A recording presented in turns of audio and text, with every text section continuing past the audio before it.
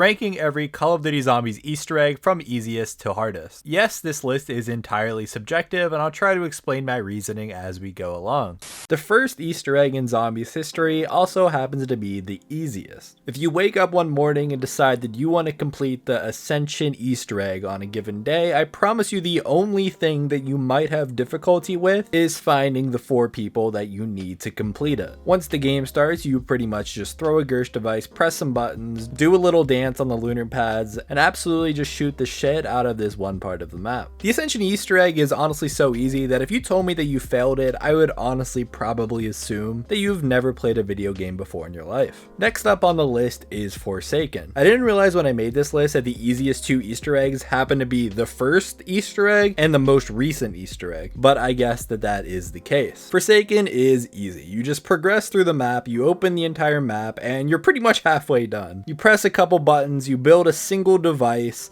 and then you escort it, which is not really a challenge whatsoever. Pretty much by the time you start the game, you're already at the boss fight, which is definitely one of the easier boss fights in Cold War. In fact, I would say that the Forsaken boss is the easiest boss fight since Firebase Z. It does take a little bit of time to complete the boss itself, but overall, you should be able to finish this Easter egg within like 30 minutes at most, as long as you're optimizing everything you do. Next up on the list is the Call of the Dead Easter egg. Solo, this is very simple. Basically, once you have power on, you go and knife the door, find a fuse, blow up a few generators, shoot the turned human up into the lighthouse, and that's basically it. Call of the Dead was the first ever fetch style Easter egg, and it's simple. I like it. For an easy Easter egg, I will say it's one of the better ones. It ties into the story very well in my opinion, but as far as something that's difficult enough to keep me coming back and replaying it, Call of the Dead really doesn't have that type of Easter egg. It was fine for what it was, but there are much better Easter eggs to come in the future. The next easiest Easter egg has got to be Transit. Transit is one of those Easter eggs that require 4 people. However, once you can actually get a game of 4 going, it is so unbelievably simple. Essentially, you just turn the power on, you go under the tower, kill the Avogadro, and you're basically done. There isn't a ton of team coordination like there is in some of the later 4-player Easter eggs that are a little bit higher on the list. I think the main thing that made Transit seem so hard for all of us when we were a lot younger was just the fact that we were playing with people that probably didn't really know what they were doing. And don't get me wrong, the 4-player aspect does make things more difficult, because not only do you have to keep track of what you're doing, you have to manage other people, which can be unbelievably difficult if you're playing with the wrong people. And as you can see, that will come into play later up higher on this list. Next up is Mob of the Dead. Mob is so unbelievably simple. Once you actually get all the way to Pack-a-Punch on Mob of the Dead, you're basically done. All you need to do from this point on is take the plane 2 more times and use your Hell's Retriever that you probably should already have by this point to hit a little poster. Then you enter some numbers into the Citadel tunnel and collect the headphones all the way back up to the plane. Absolutely nothing about it is difficult in the slightest. Then it's just a game on the Golden Gate Bridge to see who kills who first. D-Machine is a very easy Easter egg. Basically, once you have the power on and you've built all 4 of the die variants, you're essentially done with the Easter egg. All that's left to do is to trap your buddy Orlov and then do like 1 or 2 more like basic steps and you're into the quote unquote boss fight. Now obviously it's not an actual boss fight, it is more of just a protect Orlov while he does stuff mission, and nothing about it is even remotely challenging. There is no way to fail it other than just bleeding out, so it's pretty much impossible to fail. Just keep Orlov safe for a little bit of time and then you'll be good to go to take the helicopter to safety. Next up is Moon. Now I've heard the argument that Moon is one of the harder Easter eggs, and personally I just don't see it. I don't consider RNG or relying on RNG to be hard, I just consider it to be annoying. There is obviously a ton of RNG in Moon. It's impossible to talk about the Easter egg without mentioning it. You need a wave gun, you need Gersh devices, you need QEDs, and then you need more Gersh devices. And plus on top of all of that, you need good excavator RNG. But with enough spinning the box and going through rounds, you'll eventually get all of that done. Next is just to shoot the little ball around the map, press interact like a million times on that one computer, do a little soulbox step, which I think is the first soulbox ever in Call of Duty Zombies, correct me if I'm wrong, and then go back to Samantha Says, which I haven't even mentioned Samantha Says yet, but it's actually probably the hardest part part of this whole thing. So if you're not good at Simon Says, maybe you have Moon higher on the list, but I don't know. I've always viewed it as not something necessarily that challenging, especially if you have somebody to just hold the last zombie for you. Next up is Zatsubo no Shima. Zatsubo is one of those Easter eggs where it just, every time I play it, I'll be thinking that I'm like, oh, I'm probably like halfway in, and then all of a sudden it's like, oh wait, no, we're like ready for the boss fight. The entire Easter egg is basically getting 3 cogs to repair an elevator. Of course, you have to have the upgraded KT4 to get one of the cogs, so you end up spending like half the Easter egg trying to get the KT4 upgraded. Honestly, probably other than upgrading the KT4, the most time consuming part of this is to do all of your challenges. But once you do all of that, once you have your challenges and get the KT4, which honestly in a regular game of Zatsubo no Shima you'd be doing anyways, the end boss fight is ridiculously easy and nothing to worry about. I didn't mention the spider boss fight that's required to get the KT4 upgraded,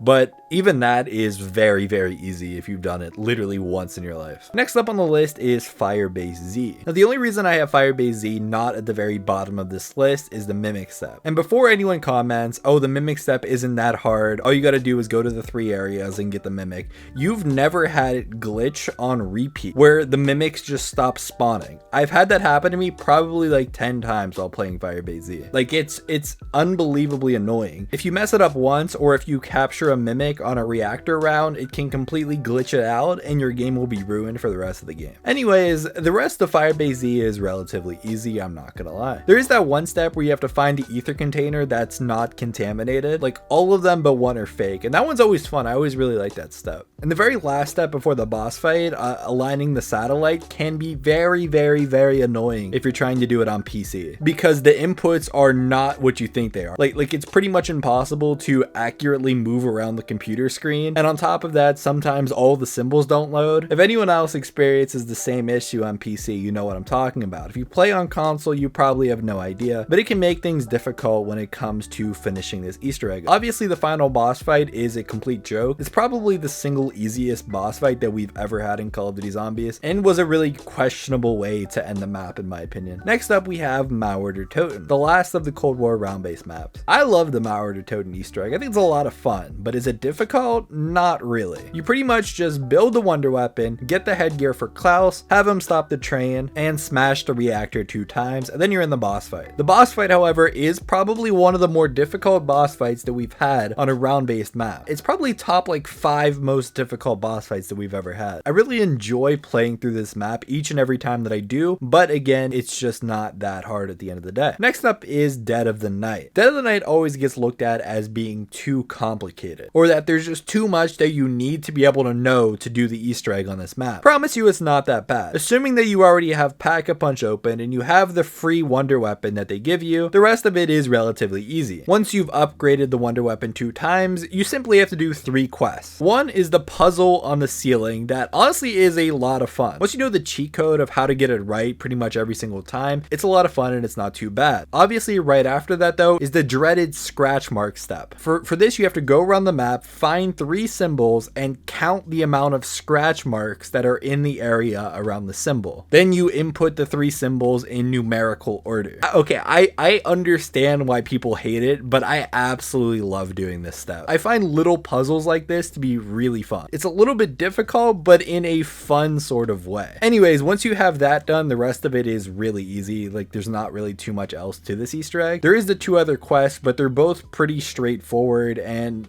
honestly not too hard to mess up. And then the final boss fight, I would say, is pretty medium difficulty. It's definitely not one of the harder ones we've ever had, but I wouldn't say it's one of the easiest either. At the end of the day, I think the Dead of the Night Easter egg makes sense at this spot in the Easter egg ranking. Next up is Shadows of Evil. Shadows can only be done 4 players, and it makes me so sad that that is the case. The entire Easter egg, except for the very last step, can all be solved completely solo. And Shadows is one of those maps that once you actually get fully set up, you're pretty much done with the Easter egg. 90% of the Easter egg on Shadows of Evil is getting the sword and upgrading it. Once all 4 players in the game have their upgraded sword, you do the flag step, which is a fun little step where you have to defend the flag. Everyone knows it. The meatballs come flying, you gotta shoot the Shadow Man, the bugs are coming. It's just a lot of fun. It is a little bit challenging and can be overwhelming if you don't have 4 competent players, but if you're good enough, you can definitely carry some of the dead weight. Of course, as I mentioned, the final Easter egg step step can only be done 4 players, and it's an absolutely awful step. Without team coordination and good timing, you might be on this step for a lot longer than you anticipated. Next up is Alpha Omega, another one of the easier Black Ops 4 Easter eggs. Basically, this is another fetch style Easter egg where you just listen to whatever Rushmore tells you and you just enter some codes into the machine. I find entering numbers over and over again to be annoying, but definitely not difficult. One thing that's notably difficult is the red Nova crawler step, which if you haven't done it a few times to kind of get the feel for it, it can be very annoying to try to escort the red Nova crawler from all the way underground up into some random window. And if you even accidentally dare scratch him, you fail the entire Easter egg step and you have to wait a certain amount of time before another one spawns. The rest of the Easter egg after that point is relatively easy. There's the one step that seems like it would be a complicated puzzle, but is actually really easy because it's the same solution every time. You just basically turn the lever of whatever room in the correct direction, and like I said, it's the same direction every single game, so it's not very hard. The final boss fight is one of the easier ones in Black Ops 4 as well. The Avogadro is not necessarily difficult. Basically, you just run around the map and fill, I think it's 4 soul boxes, right? And once that's all done, you lead him back into the APD and basically just shoot him until he bounces his way into the APD. Next up is Chrrism drop. The common theme with Origins all the way to the end of Black Ops 3 is that once you get set up on these maps, you're pretty much already done with the Easter egg. Chrrism drop is no exception. Once however many players in their game have their respective bow, all that's left to do is to do the Wisp step 2 times, do Samantha Says 2 times, shoot down Dempsey, and then fill the Keeper soul box. Of course, Chrrism drop ends with a boss fight, which is relatively difficult and why Chrrism drop makes its way so high up on this list. During the boss, a ton of panzers will spawn in, making things even more difficult, and the entire thing can be a little hard if you're not a skilled zombies player. Next up on the list has got to be Revelations.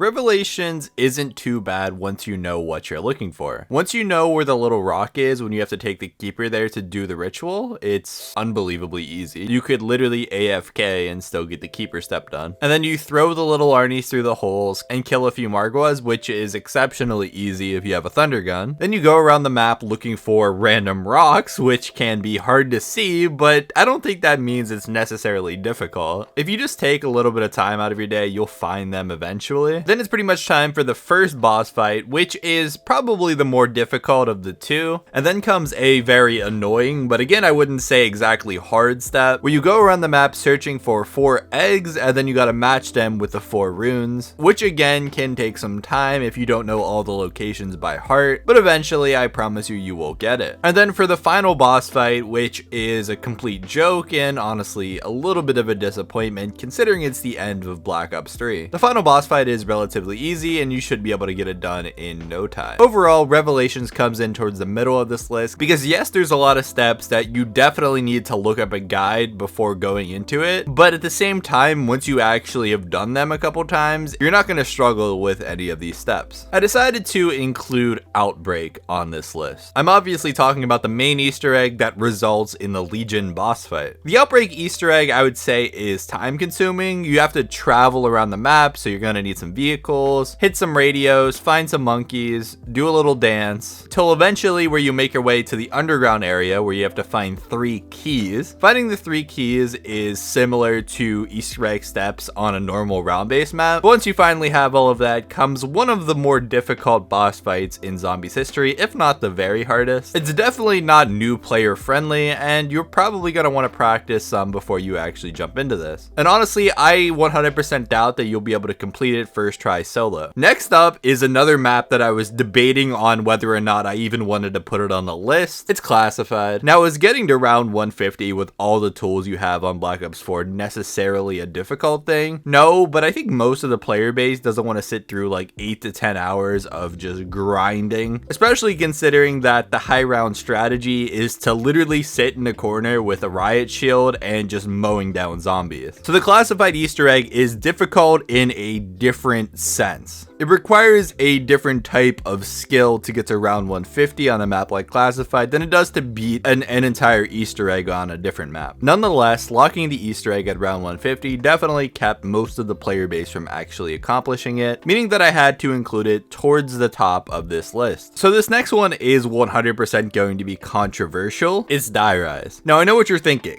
The Die Rise Easter egg has literally been beaten in 3 minutes and 9 seconds. How is it this high on the list? And the answer is because it's pretty much impossible to do this if even one of the people in your 4 stack are below average at zombies. You pretty much have to have really good timing with going on the different symbols around the map. And if one person is there to mess that up, you will struggle with this for hours, I promise you. So it's not conventionally difficult in the way that a solo Easter egg is, but it can be very difficult to keep track of what you're doing while trying to manage other people and making sure that they're on the right track. In the same vein as Die Rise, next up we have Buried. The Buried Easter egg is like Die Rise times 3. There's a ton of normal Easter egg type steps, like building the guillotine, powering those orbs that spawn in random locations, and then depending on which path you go, getting and powering up the lantern, placing the lantern. Of course, there's this dreaded puzzle step that I still to this day don't 100% know exactly how it works. I haven't done the Buried Easter egg in years, I'll be honest. Then going around, bashing the signs, escorting the wisps, powering up the guillotine. There's just a lot to this Easter egg. And then in one of the 2 paths, you have to go back in time and like search dead bodies. But towards the end of this Easter egg comes 2 steps that require a ton of team coordination. There's the first one that requires you to activate switches in the witch's house, while people in the main area of Buried have to tell you which switch to activate. So you need all 4 people to know what they're doing for this step. And then of course, the final step on Buried is the sharpshooter step, which of course is just literally not doable if everyone in your game isn't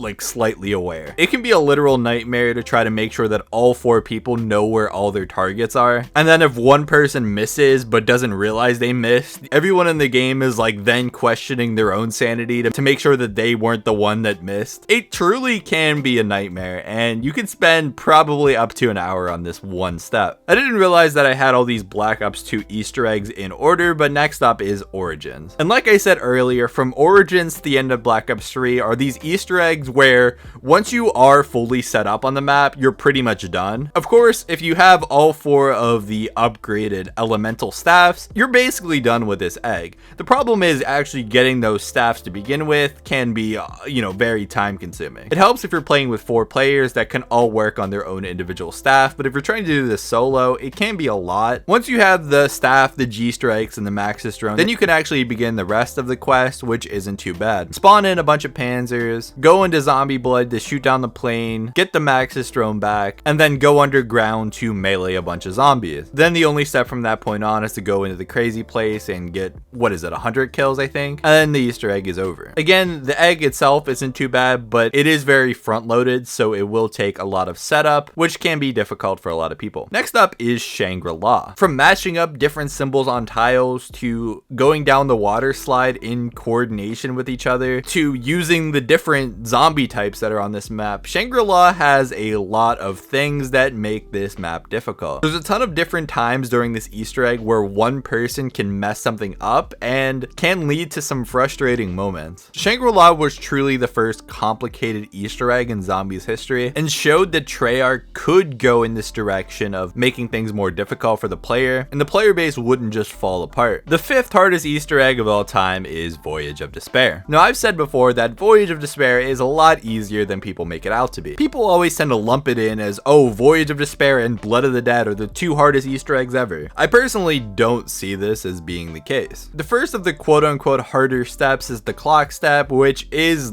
really easy, and all you gotta do is line the clocks up with the symbols. It's a normal Easter egg step, and I don't necessarily understand why it gets viewed as this horrible nightmare. Later on though is the planet step, which can be very, very easy to mess up. You essentially hit this little planet thing in the front of the ship and then shoot the planets down in the order that they lit up. Then once you shoot them down, you have a certain amount of time to collect them and pick them up. This admittedly can be pretty difficult. And then on top of that, the Voyage of Despair Easter egg ends with one of the harder boss fights we've ever had. And there is things to be used to make this easier: the Kraken, the Helion Salvo, Homunculus. But if you don't have these things going into the boss fight, you're absolutely screwed. So just make sure that you take the time to actually get set up, and I promise you it isn't the worst of the worst as far as Easter eggs go. Next up is Ancient Evil. Ancient Evil is as close to a Black Ops 3 Easter egg that exists in BO4. What I mean by this is, yes, it follows the same trend of once you are set up, you're pretty much done. You have to get all 4 hands and you have to upgrade all 4, with the exception of the hand of Gaia for some reason. You don't have to upgrade that one. Anyways, then you got to do a little puzzle thing with each of the 4 gauntlets, one of which is probably the single hardest Easter egg step in Zombies history, at least when you're doing it solo. You have to place your hand in the raw statue and it's going to shoot this beam across to this other wall. Then you have to make sure that that beam keeps in contact with the wall for what seems like 5 minutes,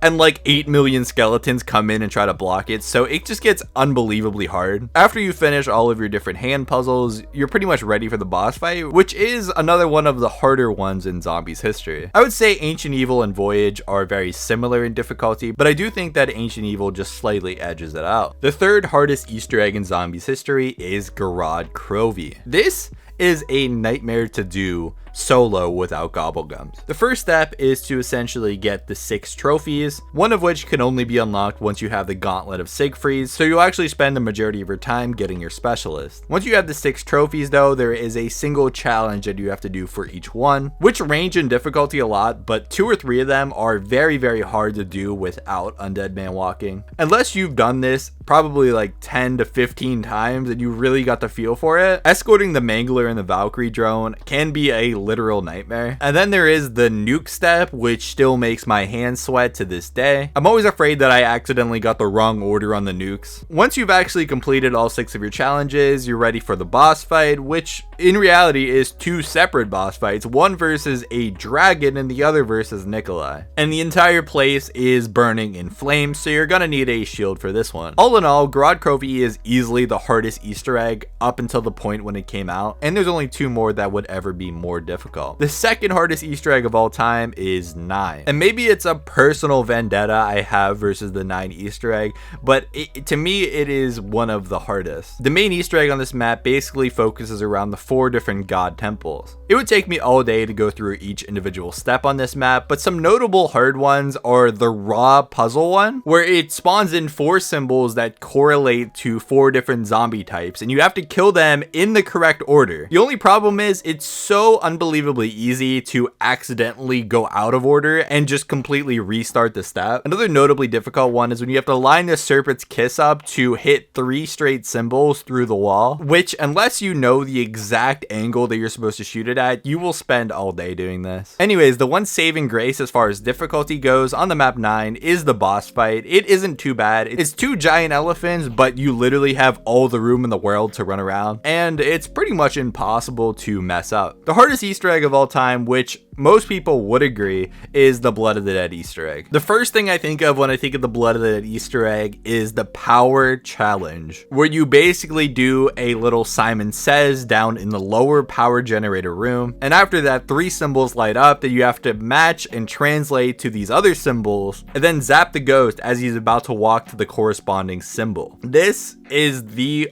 worst Easter egg step ever invented. It is way too tedious. If you accidentally zap the ghost like half a second too early, the entire step restarts and you just lost like 15 minutes of progress. It's unbelievably ridiculous. Some of the other challenges I could deal with, but they are hard in themselves, like zapping the ghost 8 million times as he's walking through the Blood of the Dead prison, and the Morse code step, which for the longest time everyone thought it was just trial and error, but there actually turns out to be another way to do it, which is kind of weird. Anyways, the Blood of the Dead Easter egg is without a doubt the hardest Easter egg in Zombies history. Let me know what you think the hardest and the easiest Easter egg is down in the comments.